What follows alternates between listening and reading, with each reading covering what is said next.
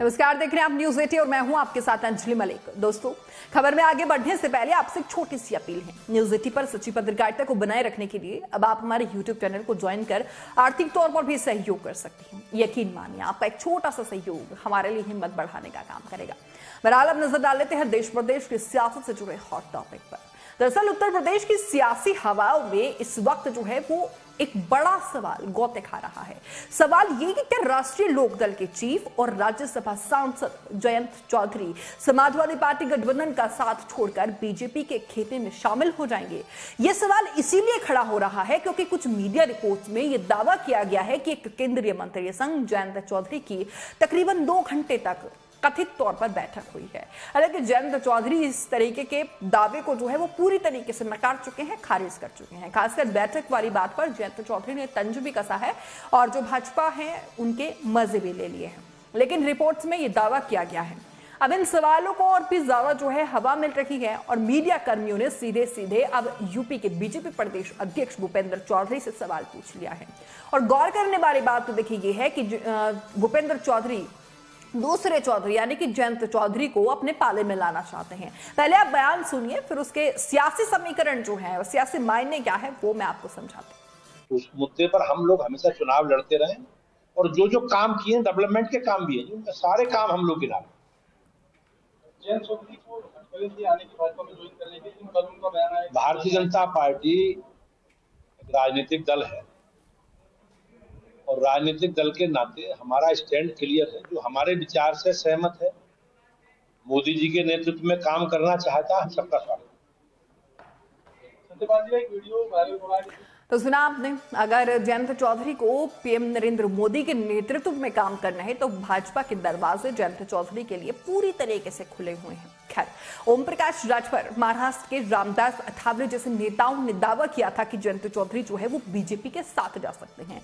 जयंत ने इन्हीं दावों को खारिज करते हुए कहा है कि दूसरे नेताओं के चाहने से कुछ नहीं होता।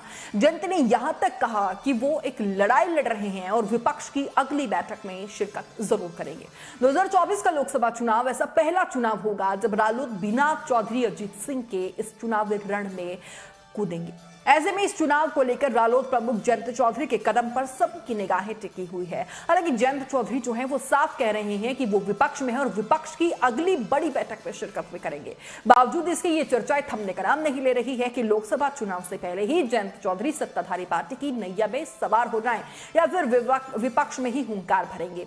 दरअसल चर्चाओं का ये बाजार जो है वो 23 जून की पटना में होने वाली विपक्षी दलों की बैठक के बाद ज्यादा गर्म हो गया है। इस बैठक में जयंत चौधरी शामिल नहीं हुए थे, हालांकि वो देश के बाहर कहीं गए हुए थे। उन्होंने बकायदा पत्र भी जारी किया था और बैठक का जो है वो समर्थन भी किया था। बावजूद इसके सियासी गलियारों में ये चर्चा शुरू हो चुकी है कि जयंत की नजदीकी एनडीए सरकार के साथ जो है वो बढ़ रही है। हो सकता है लोकसभा चुनाव से पहले उनके पाले में वो खड़े हुए भी नजर आए। इससे पहले चाहे नगर निकाय का चुनाव रहा हो, कई अन्य कार्यक्रम जयंत चौधरी और समाजवादी पार्टी प्रमुख अखिलेश यादव साथ साथ नजर नहीं आए हैं। उसके इस कारण से भी चर्चाएं जो है वो जोर पकड़ रही हैं।